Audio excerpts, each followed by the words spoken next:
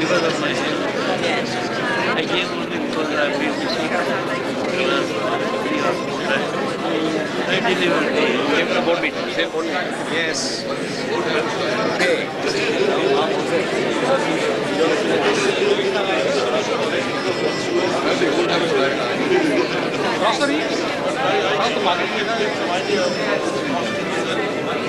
Unique selling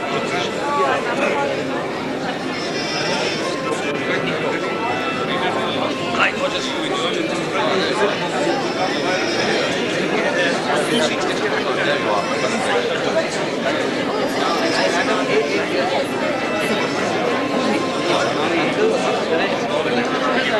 sorry. Nothing. I just make a multi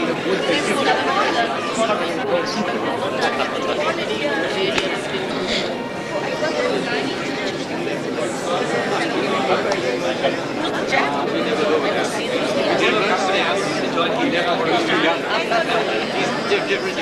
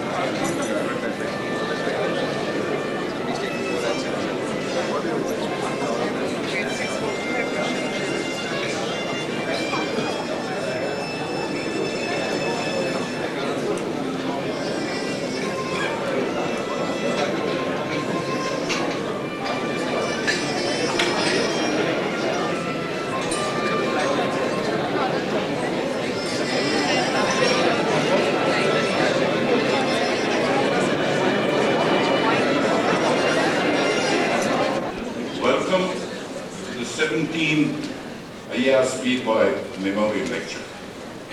The last 16 such lectures, one every year on January 31st, were held under the auspices of the Advertising Club Bangalore. This time it is hosted by the MAA Foundation, an institution which has been established in the memory of the late IAR Speedboy, who was, without any doubt, a giant in advertising. The late IAR Speedboy was an amazing man. In his early years, he experimented with life on many levels.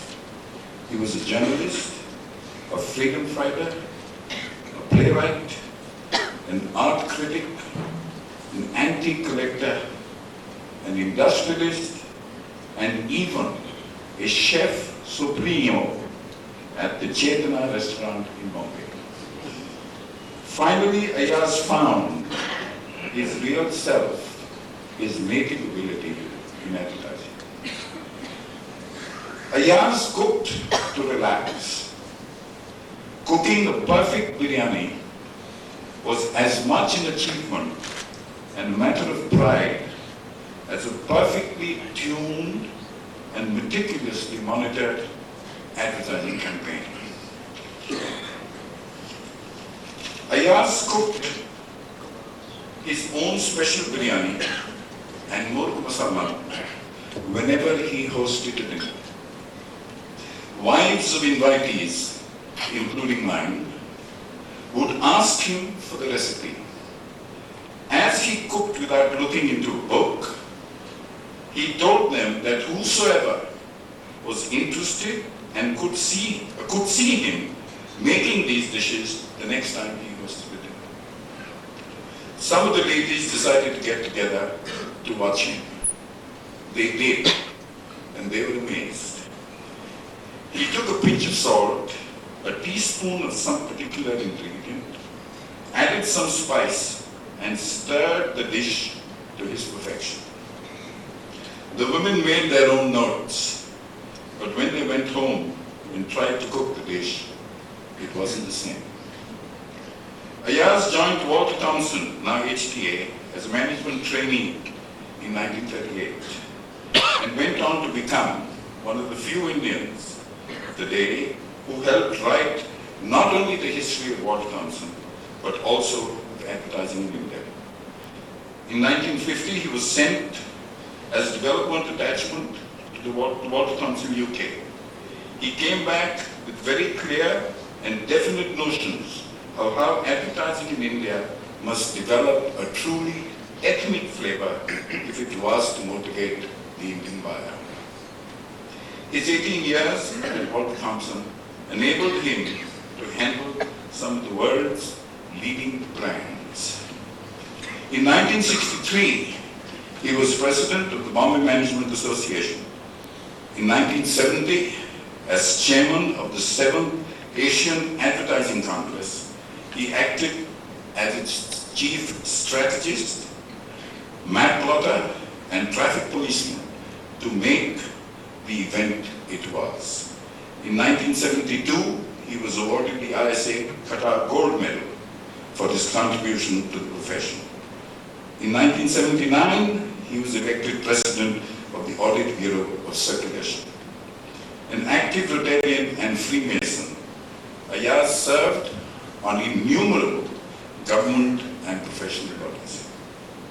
His own professionalism is now advertising legend. In 1963, armed with a camera and a sheaf of papers, he climbed 1/3 of the way up to Mount Everest to get testimonials for the Rolex watches from Hillary and Tenzing when they were coming down.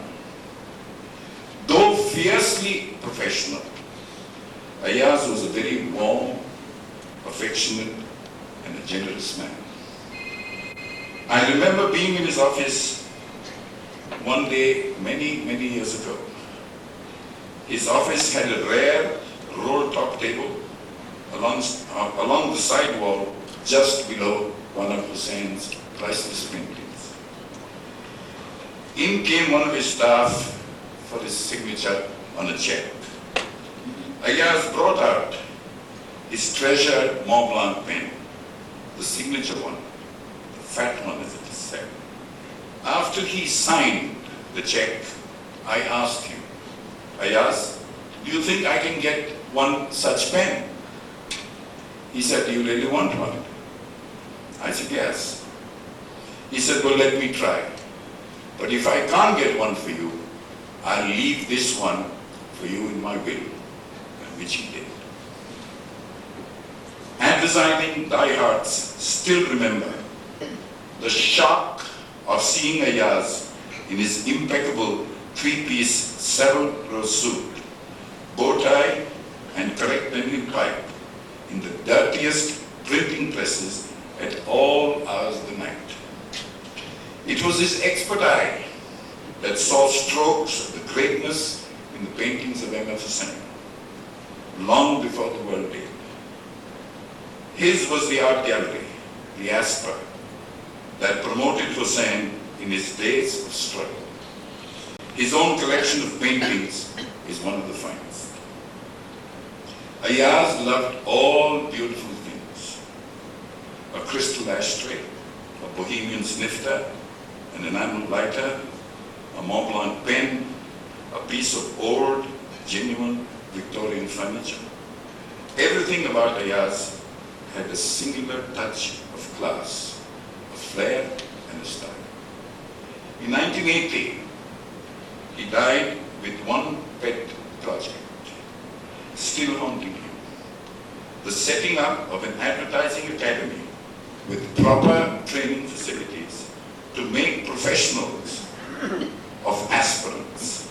Hence, ladies and gentlemen, the MEA Foundation, which hopes to fulfill its dreams and which should enable young men and women in the advertising profession to achieve their ambitions both with qualifications and merit. Thank you.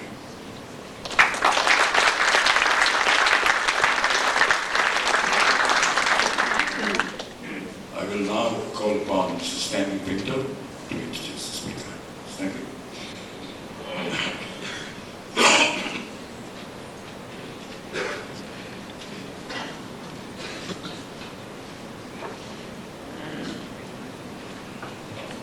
Ladies and gentlemen, from one legend of history to another one who makes history wherever he goes. It's my privilege and pleasure to introduce our speaker today, Alec Padamsee. I've been given 5 minutes to do this. I suspect I couldn't do it justice if I spoke for 5 years. A few weeks ago, in 1964, when people like Hamid Sattar and I, and possibly even Bunty P. Boy, were not a whole lot younger than we are today, I was playing jazz piano in a restaurant in Bombay. When one evening, the door flung open and a gale blew in. A gale that took over my life and pointed it in a direction that has gone on ever since and ended up with me coming to rest in Bangalore. A gale as important as El Nino, as far as I'm concerned, a gale called Alec Padamsee. We worked together for 30 years, almost, as colleagues. He is boss most of the time, all of the time, I think, and as friends. On my way here this evening, I was thinking, if I could find one word to try and encapsulate the personality of this multifaceted person called Alec Padamsee. It's not easy, but the word that I finally have settled on is incandescent. Because it's a word that talks electricity, and there's always electricity in the air when Alec's in the room.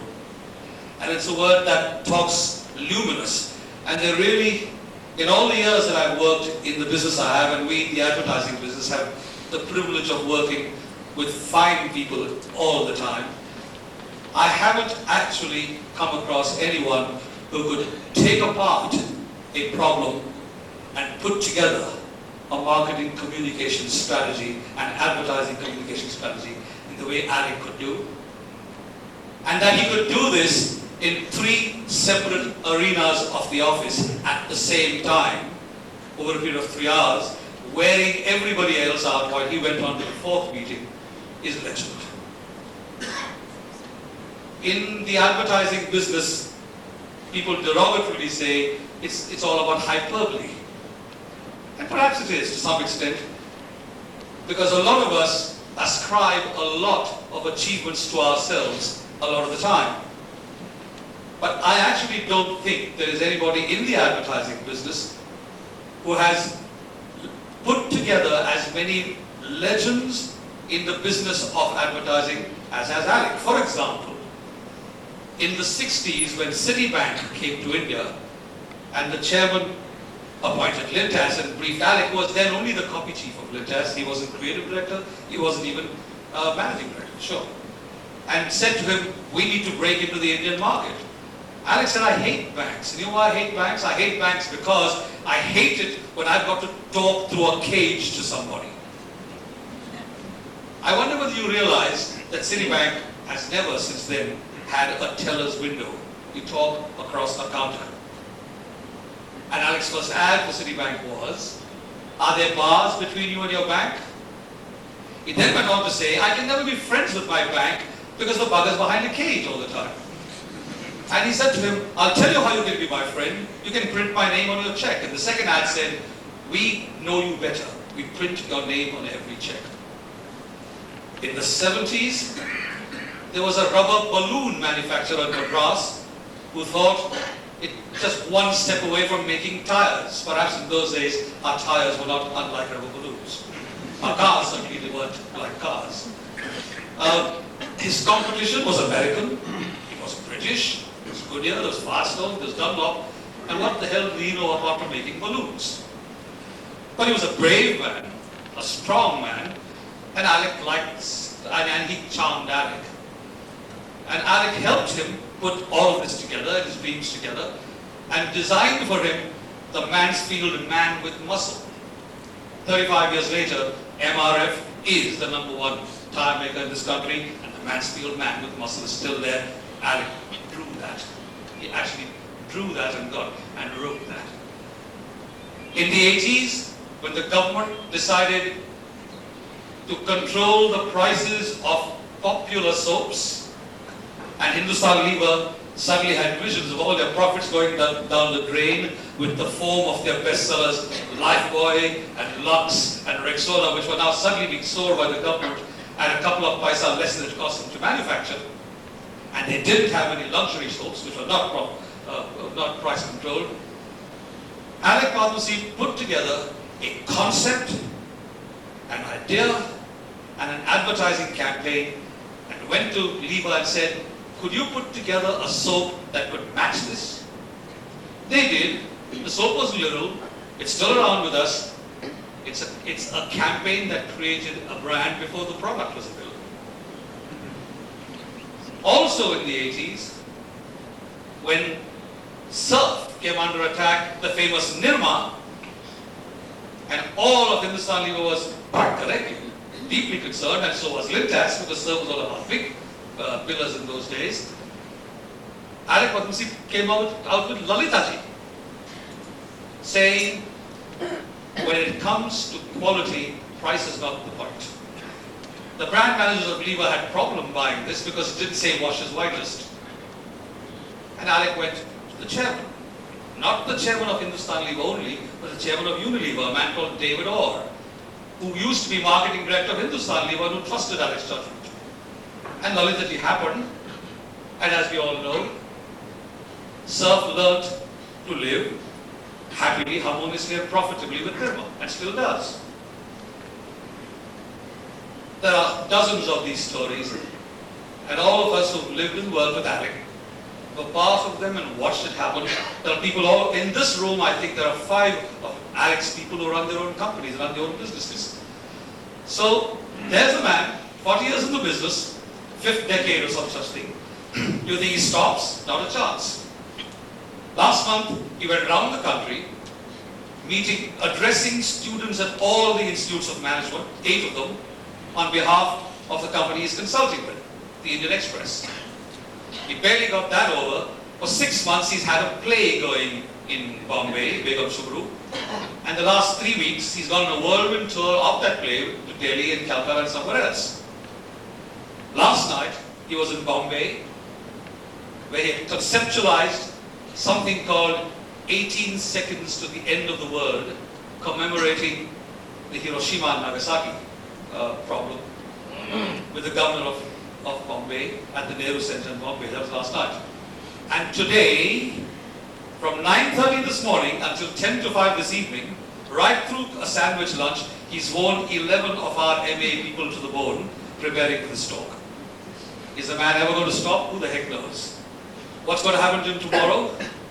He'll probably fall down and die or something. And then he'll go up there on top and have a chat and strategize with a chap up there whose name he's usurped on earth.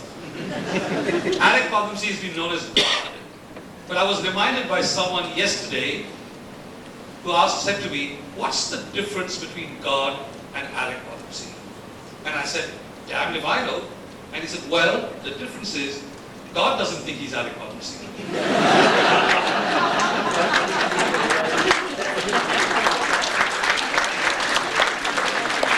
Ladies and gentlemen, my great pleasure, my great privilege to introduce my mentor,